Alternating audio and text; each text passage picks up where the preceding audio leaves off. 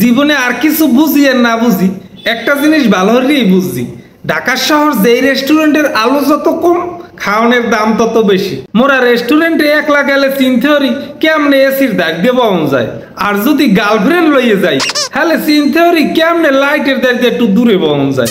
বন্ধু বান্ধব লইয়ে রেস্টুরেন্টে যাই যদি দেখি মানুষজন কম খালি, হলে কই দোস্ত এখানের খাওয়ান লন মনে হয় জুই তৈবে না, ল আর একখানে ল।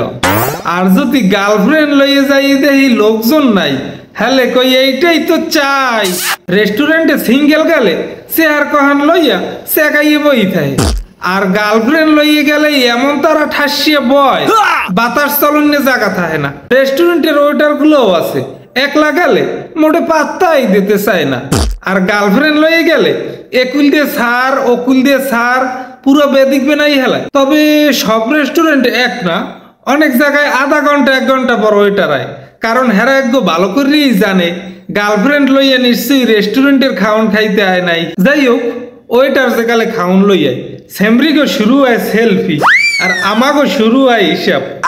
আমাগো হিসাব শেষ হইতে না হইতে এর মধ্যে হেরা মুড়ি মেরিয়ে খাওয়া শুরু করে দেয়, কারণ হ্যাঁ তো আর বিল দেউন না টেনশন নাই। মাইয়ে লোক যে এত ব্রিটিশ ভাই, বিল দেউনের সময় হইলে হ্যাঁ মোবাইলের দিকে এমন তারা চাইয়ে থাকবে রেস্টুরেন্টে যে বিল দেওয়া লাগে এ হারা জানেও না বোঝেও না। ও পোলাগুই দেওয়া লাগবে, ওটা বাধ্যতামূলক। খাওয়ালো হয়ে গেলেই কইবে কি বাবু চলো আজকে না বাবা তাড়াতাড়ি বাসায় চলে আসবে।